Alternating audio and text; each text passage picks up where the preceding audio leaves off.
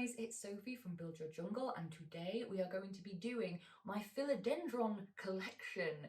Interestingly, this was my first video I ever posted on this channel, and things have changed since then. We've lost some plants, we've gained some plants, and it is my favourite genus, tied with Anthurium, but Philodendrons are the plants that I have the most of in the same genus, so I thought, let's redo it, do an updated Philodendron collection, little talk. Kicking things off on a strong note, here is one of my very favourite Philodendrons, and it is Philodendron Campy Lyette. This plant used to be really expensive, it's now become more affordable. The main thing about this plant is that not only do the leaves hang kind of downwards, it mimics the look of a pendant Anthurium, but it's not. It's a compact climbing philodendron, and it has this stunning parallel venation on these really long leaves. I've said it before, it's the length of my forearm.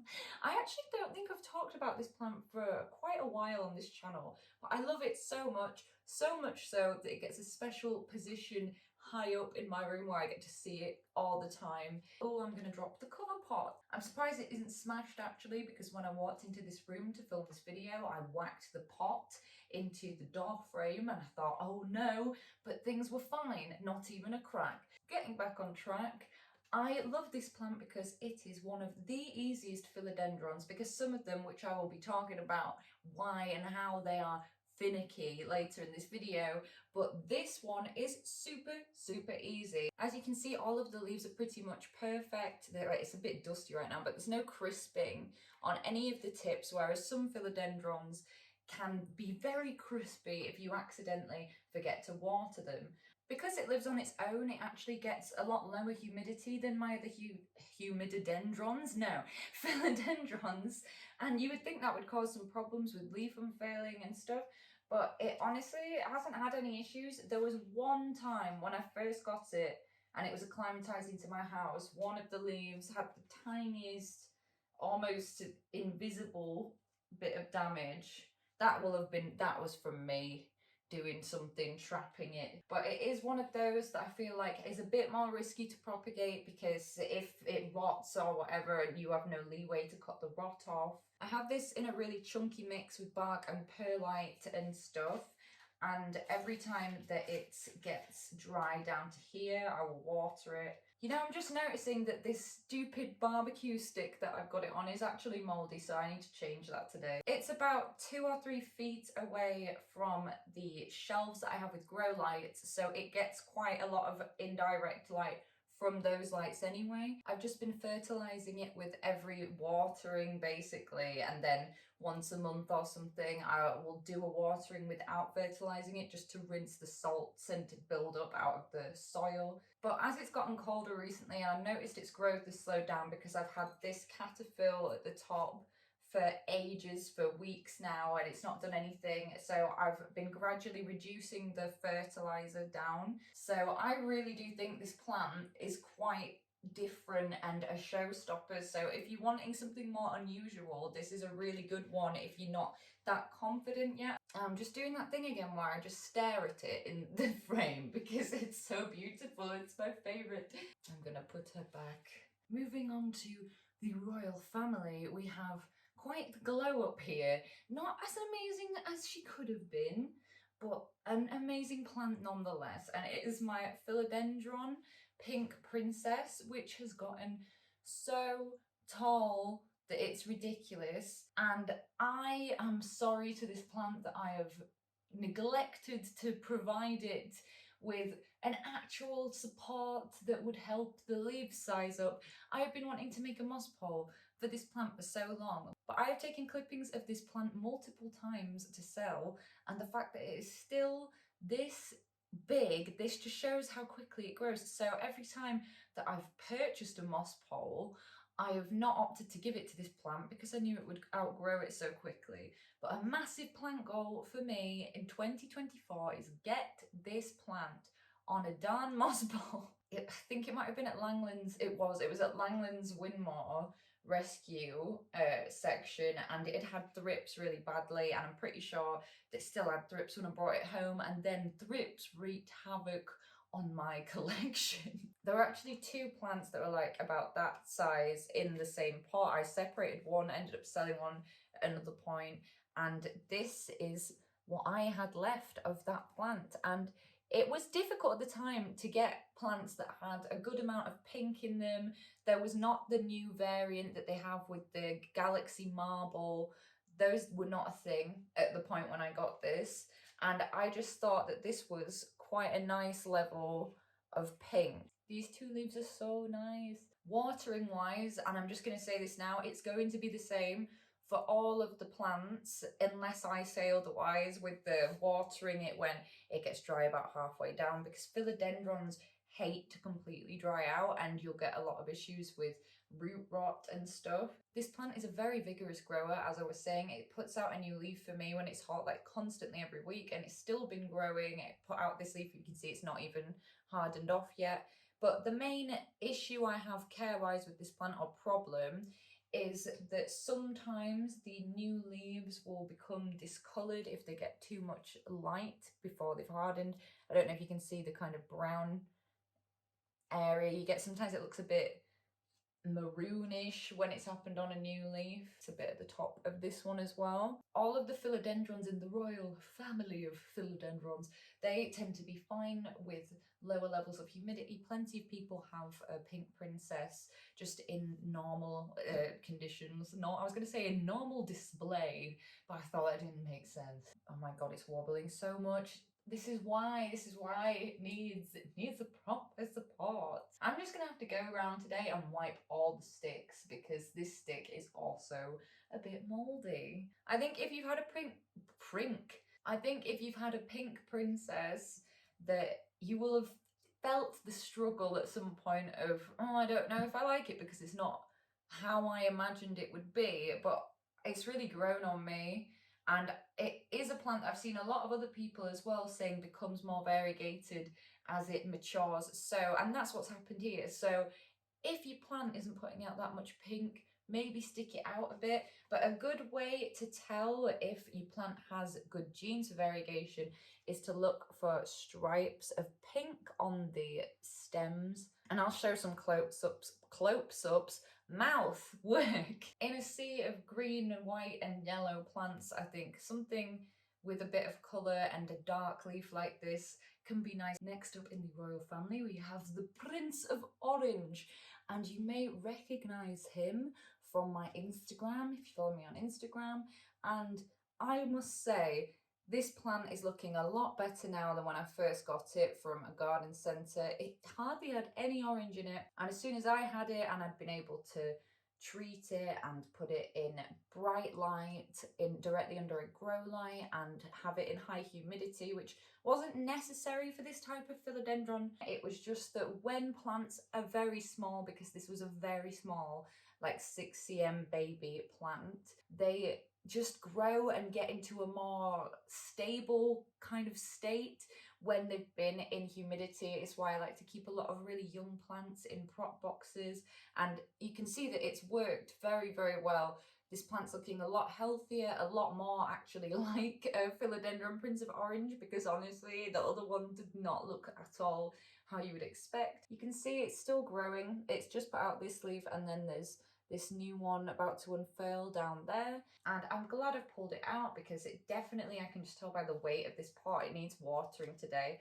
But as you can see, I have let this dry out too much. Is there any leaf tip crisping? No, because this plant is quite easy and resilient, stuff like that. It lost a couple of leaves to thrips, and this leaf came out very funky after it had thrips. But obviously because it's winter and I started to reduce the fertilizer on my plants, this leaf has gone down in size quite a bit, though it might not be finished expanding to its biggest potential yet. But maybe this plant will need a little bit more time with some fertilizer because it is carrying on growing, and it's probably because the plants that are under my grow light are still warm, because I really expected my oxalis plum crazy to be completely dormant and have dropped all of its leaves, and it's still growing, so I'm pretty sure it has no idea it's winter. But maybe one day, I'm hoping in several years that this plant will be a big mature specimen. It would be so satisfying to grow it that big, and when these are mature, the leaves, I've seen them before in person, it's very, very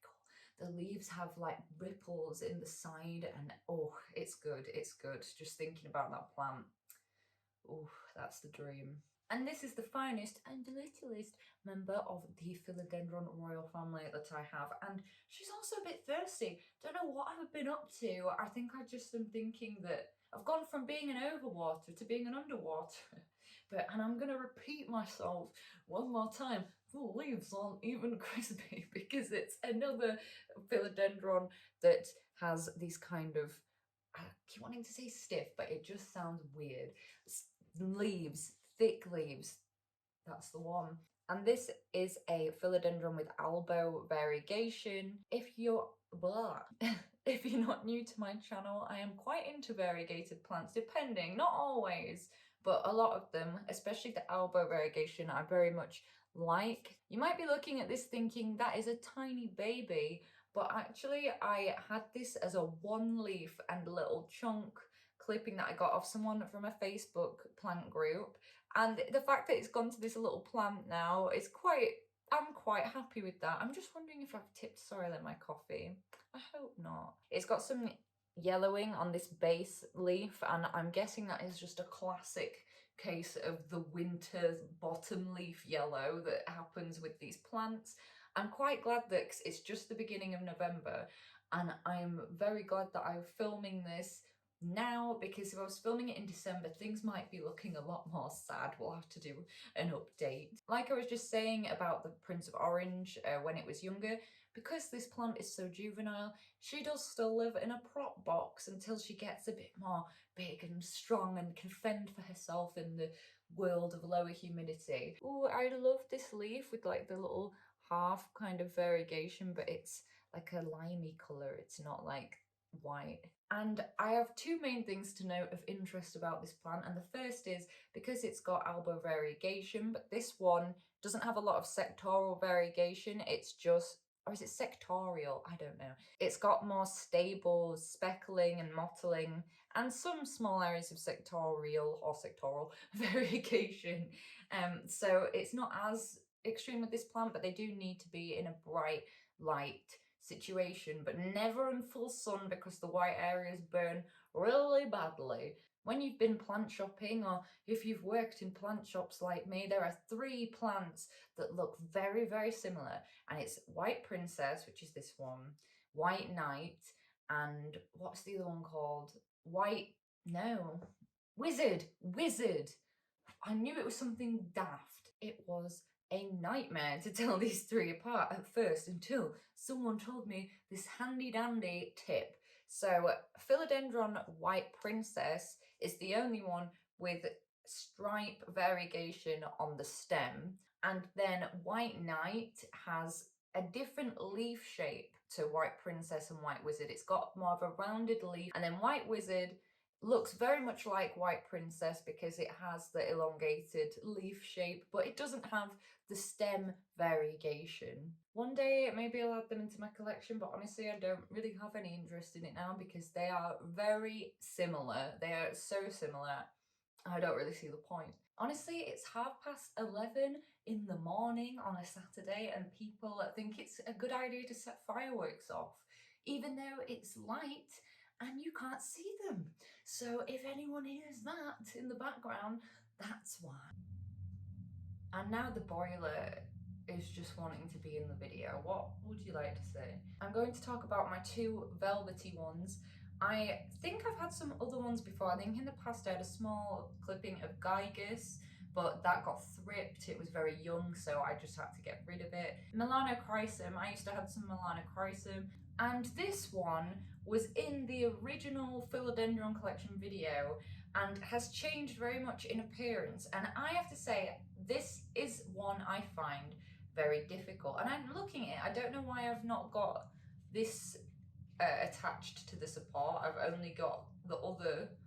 Oh, it's just fallen all the way down, right, okay. So this is my Philodendron Splendid, and you can see in this old reel that I made, it used to just be mostly two very big, beautiful leaves. I really love this plant, but it changes in appearance so often because what always happened and what is happening again this year is it grows super well in summer and then it gets to winter and it starts dropping the base leaves like crazy, and then I have to chop it and prop it. Just gonna kind of see what's happening this year. Instead of doing that, I might just take some top cuttings from one side and put it back in the pot, so it just kind of covers up the fact that the base of the plant, well, fills it out more, so it's not just bare. Because you can see these leaves yellow, and I really do think that it is a temperature thing, because at night when I turn the grow lights off, it does drop to 16 where this plant is, and it's just not, as soon as that's happening, it's just not happy about it and starts to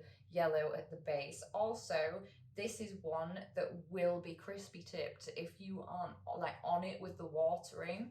I think this is the biggest leaf now. Obviously this leaf is a lot smaller than the original leaves that I had. It's a lot easier than Melanochrysum, which I actually find quite difficult to grow. And this plant is a hybrid of Melanochrysum and Verrucosum. The texture is absolutely lovely, and from a sensory point of view, like, this is a very nice plant to have and to interact with. The velvet leaf ones just need consistently high humidity, and if you drop the ball on that, they will punish you for it. I've also found this plant to be susceptible to issues with what I presume was bacterial leaf infections, and I've had to prune it back because of that. It just, all in all, this seems to be a plant that attracts problems. This was a plant that months ago, when I went into my room, I literally saw, it was so weird. I wish that I'd taken a picture before, but I just panicked. It must have been like thrip egg had been laid inside a leaf, and I saw it as it hatched. So many, there must have been, right, realistically, there must have been at least like 30 odd, if not more, thrip larvae coming out onto the leaf, and then they were just like all, and I thought my eyes were going funny or something, so obviously I wear big glasses, I've not got the best eyes. And then I got my magnifying glass out, and I'm thinking, oh my god, it is, it's thrips, it's literally. So I immediately whacked the leaf off, put it in a plastic bag, then put it in the outside bin. It's like, no, not dealing with that. And if you're not familiar with the velvety leaf plants and how difficult they can be, this one's a bit of a ball ache.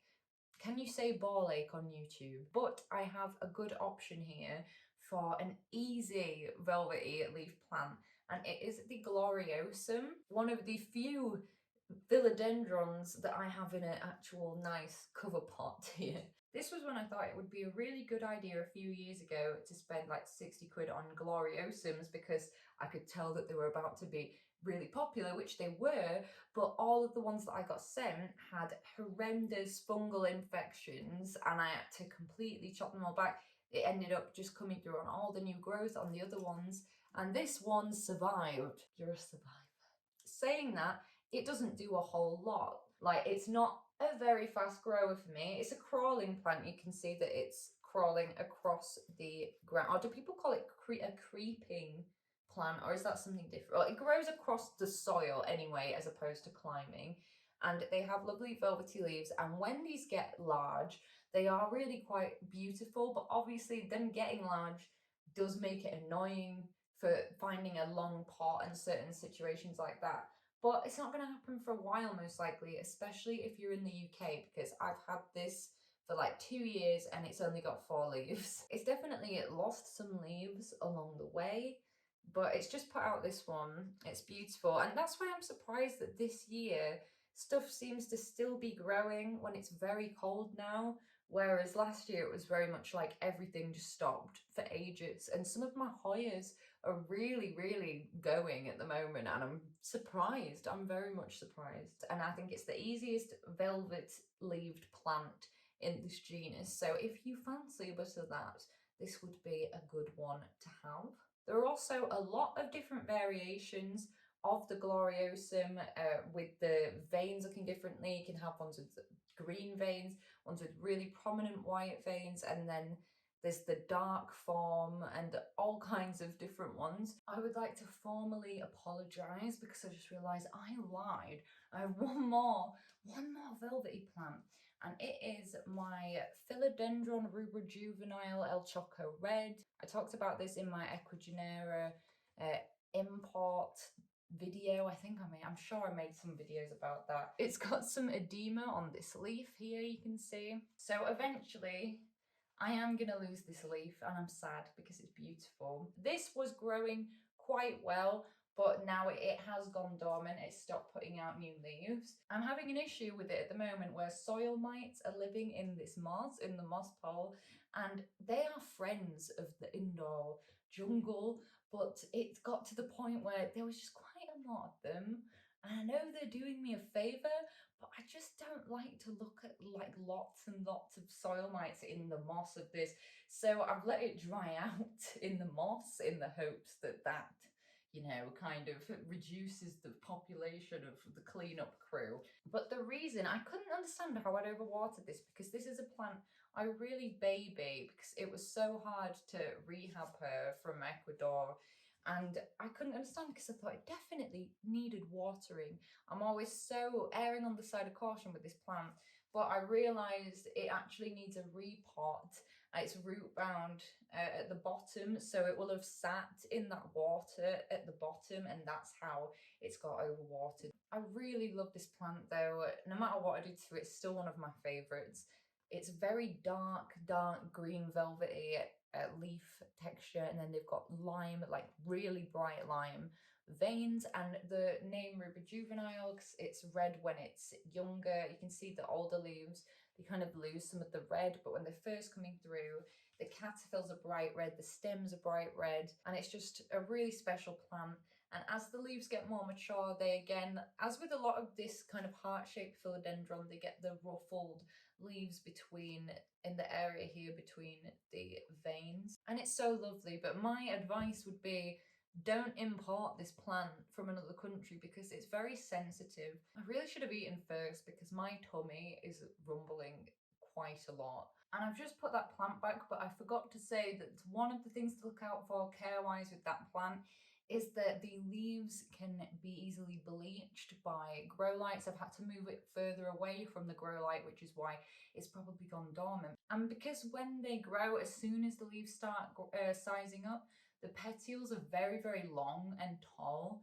So it very quickly reaches the top of areas like cabinets and shelves and greenhouses and stuff. I'm gonna do this one next because he's spoopy and I'm still feeling spoopy even though it's November.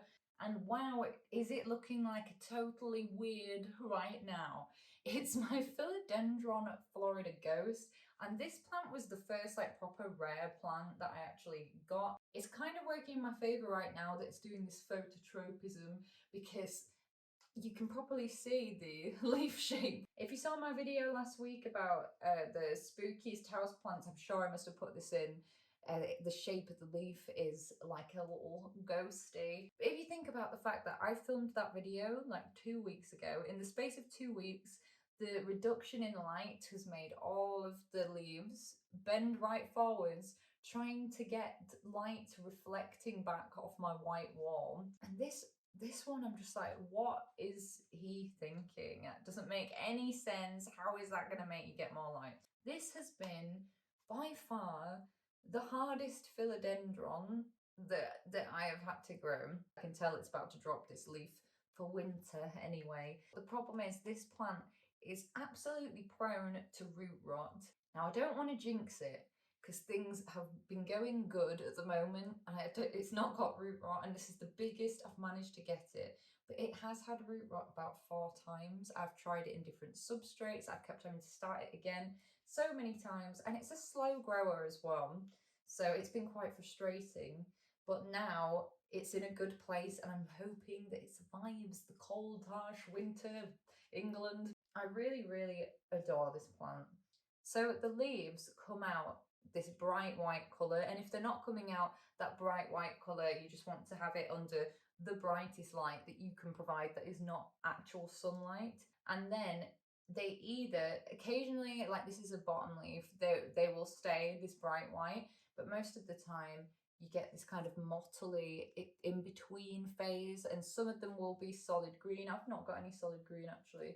And then there's ones like this that are my favourite, that it's like this mottly minty colour because it's stayed mostly cream underneath. I think it's a very interesting and unusual plant. I would not recommend growing it in semi-hydro. I don't know if anyone else has had any similar problems, but that seemed to be the root of the rot plant pump. I probably want to think about repotting this soon because the roots are at the bottom and I don't want it to be having wet feet because you're not rotting on me again. We're not having that. Next we've got my, I think, definitely top two. I can never say which is my absolute favourite philodendron. It's my Burlmarks Varia G. I love this plant so much, and I know I've talked about it probably quite a lot on this channel. Obviously, doing a philodendron collection, I can't not talk about this plant. There is a normal Burlmarks that is the same leaf shape, but it's not got any variegation. And what is interesting about this plant is it's got aurea variegation, which is when it's either light different shades of greens and stuff or yellow. What I like about this plant is it reminds me of the variegation is similar to the Syngonium albo in the way that you never know what you're going to get. You see, I've got a full moon here and a half moon in some sectorial because I'm gonna have to keep saying that because I don't remember which is the right word. It grows like a beast once it's got its roots all nicely developed, and it always puts out more than one leaf at once. At the moment, I've got 1, 2, 3, 4, 5, 6 new leaves in the process of coming out. Long story short, I had a Burlmarks that just had one leaf with a little bit of variegation like that. I chopped it back to that leaf, started it again. It made this beautiful variegated plant, and I was not feeling optimistic that it would. So I am so glad that I managed to get a variegated form of this plant because it is so stunning. One of the very best tropical plants to grow indoors, in my opinion. I don't have any troubleshooting care problems for this plant. It's as simple as water it when it gets down to there, give it bright light, boom, done. Our next theme is plants I have let grow very far off supports. Yeah, we need to do something about this. There'll be a propagation video at some point, probably in spring. This one is my Philodendron Branum, and I'm sure that she was in the original video. And this is a plant with blister variegation. It's got these small heart-shaped leaves. They can size up a bit bigger than this. They don't typically tend to be like more than this big in a house. This plant would prefer to climb. I mean, it's in the name. The name Philodendron is like tree lover or something, which so it's in the name, you know, they like to climb up trees. That's how they grow in the wild. I seem to have ripped a chunk out of a leaf at some point. See, that's the problem with having things dangling down when they're not supposed to be there. I think that blister variegation is so cool and just biologically interesting. It's caused by little air pockets between the plant tissue that reflect the light. I just think that's so cool. But because the variegation is caused by air bubbles, air pockets, it doesn't reduce its ability to photosynthesize, whereas with something like my Philodendron White Princess, that does slightly reduce its ability to photosynthesize. I would love to prop all of this and just make it full and get different vines growing on an actual moss pole and see if I could get it to size up. When I'm trying to think about care issues with this plant, I'm looking on the stem and I'm seeing, yeah, I have lost leaves off this at some point. It has been very susceptible to thrips, and it grows a little bit slower than some of my other philodendrons. I think it's more that they're just really vigorous and this is more like, I'm plodding along. This one has been propagated a couple of times, so this one has grown faster than the Brantianum. These were super popular. It's the Philodendron Burlmarks Fantasy because it was discovered by the same botanist, and this plant has really blue silver leaves that are sparkly, and they've got these very subtly sparkly, and then they've got these very, very cool veins here, and that was what attracted me to this plant. And also when it climbs, all of the leaves go in this position and are like teardrops pointing down. It's just an interesting plant. As you can see, because it's been like this, the leaves are now sideways, but if I do put it on a support or whatever, or prop it, whatever I do, the leaves will turn around to how they're supposed to be, but I'm definitely going to cut it back. So look at this, look at that. Hell no. A lot of people have issues sizing this up. I will say that you can see it was sizing up quite nicely until the support ran out. I'm still very glad that I have these two plants. I appreciate you both. but I just have a lot of plant stuff going on right now and it's not been a priority, but I will eventually get it sorted out. I have had one issue with this. I mean, other than this, which is clearly an issue, I think I definitely overwatered it a couple of times and I've had some evidence of edema around some of the leaves at the bottom, but it's actually doing all right. So we'll just see what happens. And then this plant was given to me by this plant was given to me by Dan from the Facebook plant groups. We did a plant swap ages ago, and he's a tattoo artist. So I'm gonna put your tattoo business here, Dan, in case anyone in Leeds or Huddersfield the area wants to go and get a tattoo off him. And Dan gave me a clipping of Philodendron silver sword, and it had like a big stem with a couple of larger leaves. So I ended up dividing the stem chunk into multiple pieces, and I've grown so many plants from this. I've given some as gifts, and I sold one. And this is the one that I kept for myself, and it's 2 vines in here. It's still in its juvenile form at the moment. When the leaves mature on this plant, they get very cool lobes and a very prominent sinus. It's very light blue, silvery, and it's got a lovely sparkle to the leaves. But it is really a plant that looks so different depending on where it's at in its life. That makes it sound like a person.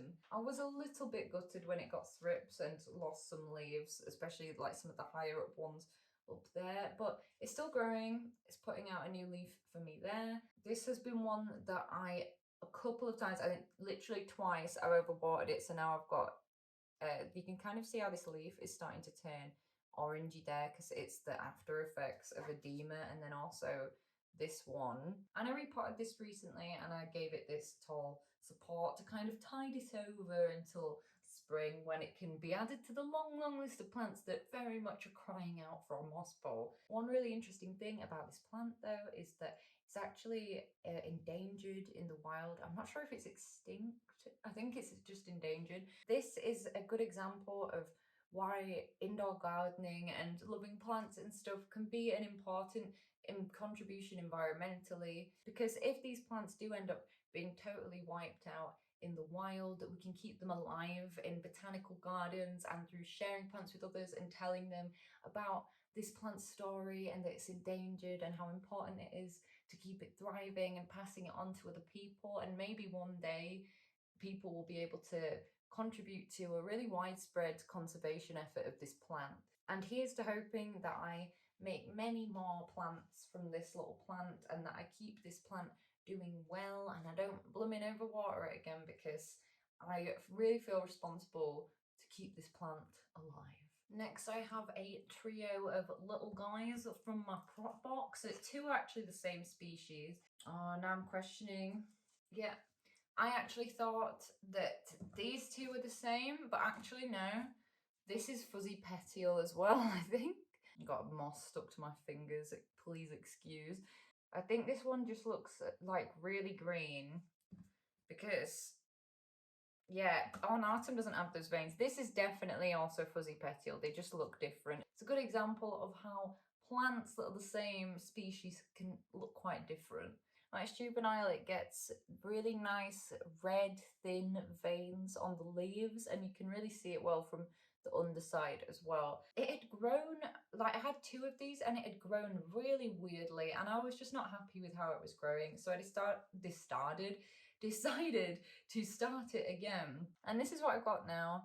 And these 2 were kind of like the rejects that I thought weren't gonna do very well, but I've left them in there for ages, and actually like that's looking quite good now. It's really improved. I'm much happier with how it's growing this time round, and I've got this little one that's quite cute. You can get quite adult ones of these now for like £15 or something. So unless you just really want the experience of growing it from small, there's probably no point getting it tiny anymore, because at the time when I got it tiny, I still thought it was quite a little bit pricey. On the more mature version of the plant, you can not see the veins as well. It's not a plant that particularly excites me. To be honest, I find the name deceiving. I don't know if when it's much larger, if it does have like a fuzzy petiole, but I've seen medium specimens and I would describe the petiole more as bumpy petiole than fuzzy petiole. The other thing is that the stems go doing stupid things if you don't put it on a support. So I would get this plant on a support quite early on. I'm going to get these on very soon because I am not having the same situation as last time and it being like growing really weirdly. And then these were a little, in fact, this is actually a mixed pot of wet sticks. And oh, I'm so surprised this one went. So this is Ludicea discolor and it started to grow like a tiny baby little jewel orchid, but no roots. So don't quite know how it's managed that. There was also a dubia in here, which that feels like it's rooted around this whole thing. These were two wet sticks and then I noticed they were putting out a little leaf, and then the next time I looked, they're like 3 or 4 leaves each. And this is all I have remaining of Philodendron ornatum, which I feel like this is why I've done all of these plants in a row, is because these were plants that grew, have very thin stems, grew weirdly, and that I ended up propagating, and so on and so forth. When it's in its juvenile form like this, it looks boring. There's no denying it. It's basic. You're basic. But when it gets more mature, the leaves do become a lot more interesting, and I think that was why I stuck with it and was like, no, I am going to try and grow a little different one again. And the rest of that plant I sold to somebody. Next we have my crazy little, what though? This is a sad revelation, a sad time. Okay, coming back to that in a moment. This is my Philodendron Tortum or Twisted, and I absolutely love it so much. I think it's by Pinifolium. There's no R in there, that was my special touch. I talked about this in my spooky plants video, my last video, because as you can see, it's a very strange plant. It's got all these weird split leaves that are very unusual. It's kept growing for me, it's kept putting out new leaves. There's 2 plants in this pot. Again, it's quite a compact one, so difficult to propagate, so I have not yet. But when I looked under that leaf and I saw this, and I remembered that this happened last year. This plant has really bad issues with getting like sooty mold. I'm gonna have to check for sure. I'm sure that I think the black one is sooty mold and that mildew is white, but it's got that under this leaf. I find that this plant is prone to issues with mold and mildew, which is just not the one. The caterpillars are bright pink and then they unfurl in this really weird way. But as I talked a lot about this last week, I'm not gonna keep going on. I was gonna say drowning on, and I thought that makes no sense. The next one is very exciting. It's my biggest philodendron. It's huge. Oh my god, don't pull the fern down. Oh. It's Philodendron Narrow Escape or Tiger's Tooth, or basically the unvariegated version of Ring of Fire. And you might be thinking, oh, it looks a bit variegated, but no, that leaf is just on the outs. It's so big that it cannot live in my bedroom. It takes up too much space. It lives in the living room, but because it lives in the living room, I often just forget to talk about it because it lives in semi-hydro. It's my only plant in semi-hydro. I got this from Matt Monstera, if anyone knows him on Instagram, and actually it didn't do anything for me for ages, and I kind of didn't understand what was going on, but I think I just not rinsed it out properly enough, flushed it, the lecker enough, because I'm not really going to get into the whole ins and outs of semi-hydro in this video, because I do not recommend that you grow philodendrons in semi-hydro. I mean, you can if you want to. I think it makes the plant roots grow too quickly and be prone to rot. But this was in lecker when I got it, and I found that when such an established plant is in lecker, it's been really hard to change it, like transfer it to soil. So I just didn't want to risk it because it's a lovely plant, and I had to cut back. It was in a huge, much bigger pot than this, and I had to cut it right back to get rid of rot, and I've not looked at the roots in ages. And when this leaf started to do that, I thought this plant is going to decline. But then, out of nowhere, and I don't understand how this happened, to be honest, because it wasn't even getting the best light, and it popped out this leaf. And yes, it's a very small leaf, but I did not care because I thought it's growing.